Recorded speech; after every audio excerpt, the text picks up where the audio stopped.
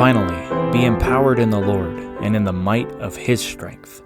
Put on the whole armor of God, that you may be able to stand against the stratagems of the devil. For our wrestling is not against blood and flesh, but against the rulers, against the authorities, against the world rulers of this darkness, against the spiritual forces of evil in the heavenlies.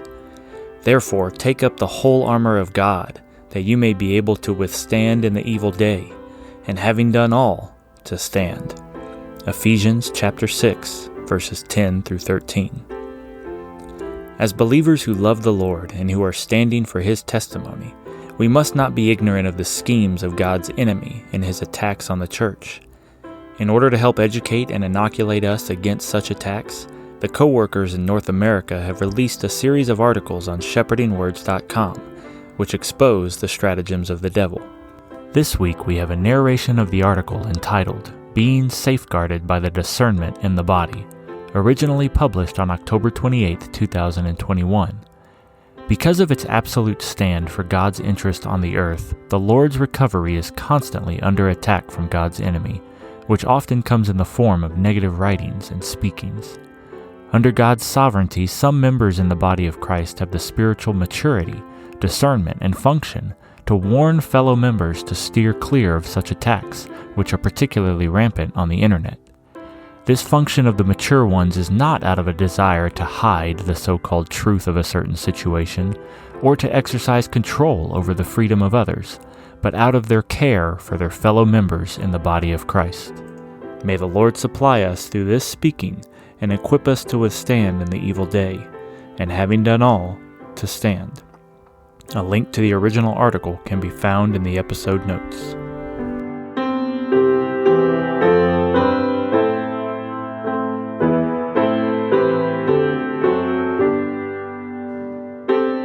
Being safeguarded by the discernment in the body. Those who bear responsibility in the ministry, the work, and the churches in the Lord's recovery have a biblically mandated responsibility to protect the flock. In performing that duty, they may advise the saints not to read writings in print or on the internet that attack the local churches and the ministry of Watchman Nee and Witness Lee. A few have miscast this fellowship as an attempt to hide the truth regarding the history of the recovery, or to deprive others of the freedom to read whatever they like. However, this advice is not an exercise of control, but the issue of a loving concern based on a discerning of the nature of these writings and their effect on those who read them. Such advice is based on important biblical principles to which we should give heed. The Lord's recovery is His move to recover the truth and practice that is fully and completely according to the New Testament. As such, it stands in opposition to unscriptural practices such as denominationalism and the clergy-laity system found in Christianity and which have greatly frustrated God's economy. It also affirms vital scriptural truths and experiences that have been largely neglected or abandoned by the majority of today's Bible teachers. This stand results in external criticism and attack. The recovery has also been attacked by those who sought to cause division from within the local churches. From time to time, turmoils have taken place that were caused by a few brothers rising up to speak perverted things in order to draw some away after them.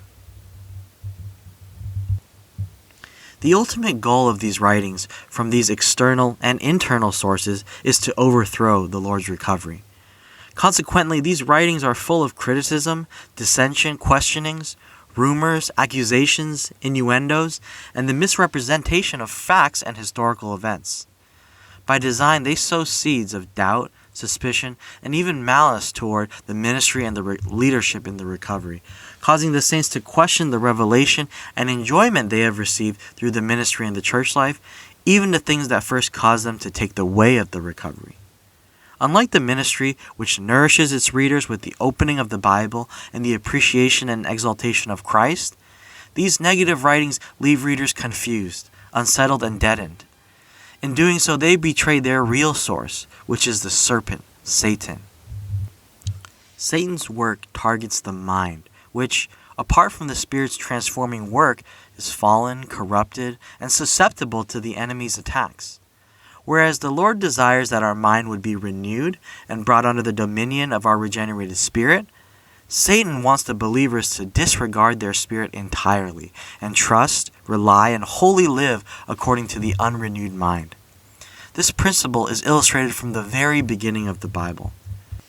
In Genesis 3:1b, Satan asked the woman, "Did God really say, 'You shall not eat of any tree of the garden'?" This was a question put into Eve's mind, and this question stirred up her doubting mind. This is a strong point that we have to stress. Satan would always approach people by touching their doubting mind. Here Satan questions something concerning God, and this questioning no doubt aroused the mind of Eve. Satan did this to keep Eve from using her spirit. When God comes to us, he always touches our spirit. When Satan comes to us, he always comes to our mind. Our spirit is the room that God comes to touch, and our mind is the room that Satan comes to touch. Satan will always come to touch the human mind. Satan's aim is to cause the saints' thoughts to be corrupted from the simplicity and the purity toward Christ. And he will use any means at his disposal to cut the saints off from enjoying Christ's life.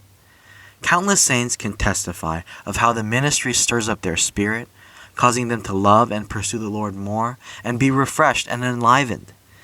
The negative writings are a morass of fleshly opinions, baseless accusations, endless contentions of words, and questionings. Reading these writings dulls our love for the Lord and deadens our spirit so that we lose the enjoyment of the Lord and become entrenched in doubts and evil suspicions toward those whom the Lord has given to minister to and perfect us.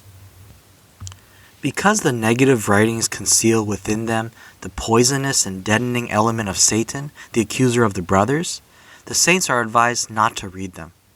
It is not a matter of hiding what some falsely allege is the real history of the Lord's recovery, but of protecting the saints from something that is certain to damage and deaden them, thus hampering or halting their spiritual progress before the Lord. Many of the writings parrot the reckless accusations or unsupportable rumors that have already been responded to in detail by those who, by the Lord's sovereign arrangement and in the principle of the body, have the function to examine, investigate, and properly respond to the claims made. These responses have been available in print publications on the internet for many years on such websites as contendingforthefaith.org, afaithfulword.org, and afaithfulwitness.org. Some of the claims are also addressed on this site, shepherdingwords.com, in the history section. Some may still be tempted to read the negative writings on the internet despite the brothers' loving warnings. Even a little exploration can stir up unhealthy curiosity. That curiosity is a snare from the enemy. The way to progress in the Lord is to always focus on the positive things related to the pursuit of the growth in life and the building up of the body. Much of what circulates on the internet is mere opinion and rumor that may feed your curiosity, but will not help you grow in the Lord.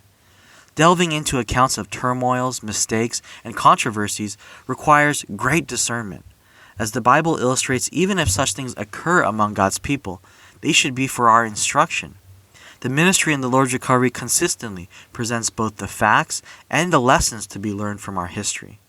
Saints who find themselves troubled by opinions and rumors can seek help from the published ministry and from those who have the maturity in life and knowledge of the facts necessary to render help. Idle curiosity, however, should always be denied.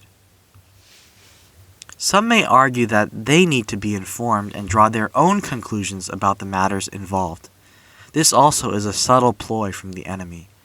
While such an individualistic view may be valued in modern culture, as members of the body of Christ, we exist according to a very different principle. The New Testament clearly shows that, as members of the body, we are organically joined, and that, as in a physical body, each member has its own function in the Lord. The Lord, as the head of the body, has given some mature members a particular portion to care for the other members for the growth and building up of the church as his body. Among these, some have the measure and function from the Lord to discern and identify things that are detrimental to the body, not in self-confidence, but in the Lord and in fellowship with one another. In the physical realm, Once the tongue has tasted that a substance is rancid, there is no need for other members of the body to contact that same thing to form their own opinions. Rather, all the other members, with their various functions, benefit from the function of the tongue as the tasting organ and are thereby preserved and safeguarded.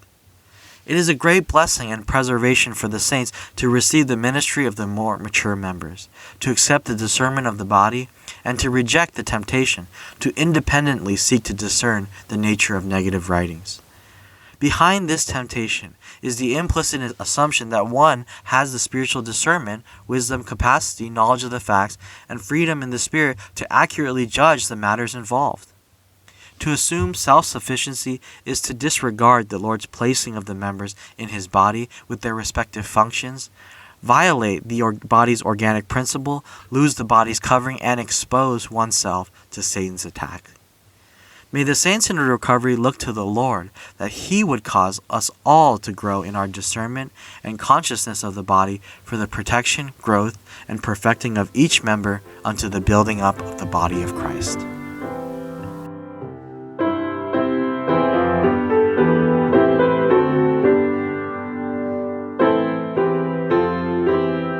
Thank you for joining the reading of today's article.